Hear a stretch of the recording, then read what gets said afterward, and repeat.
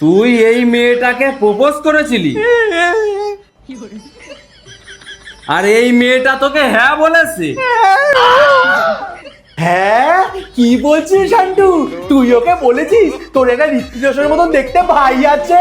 আরে ওইদিকে না, এইদিকে। হ্যাঁ আমি জানি। হ্যাঁ শান্টু, তুই কি বলেছিস তোর একটা ঋত্বিক রোশনের মতন দেখতে ভাই আছে? अबे साले।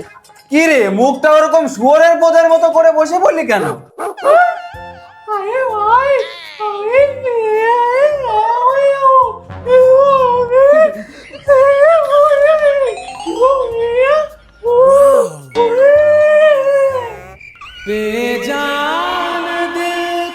তুই মেয়েটার সঙ্গে দেখা করতে যাবি?